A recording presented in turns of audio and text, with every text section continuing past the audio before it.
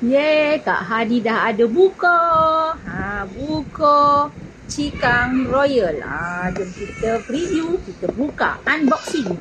Kita unboxing. Okey, macam mana nak buka ni? Jangan payahlah pula nak buka.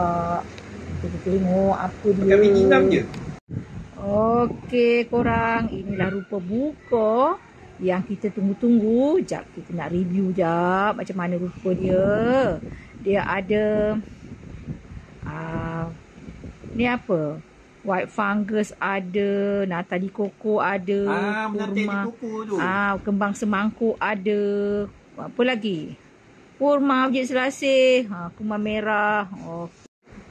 Rasa sekejap. Bismillahirrahmanirrahim.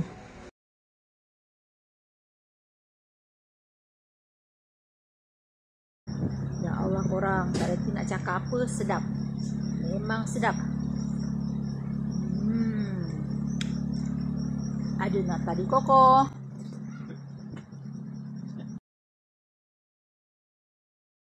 Ada kolang kaleng. Tak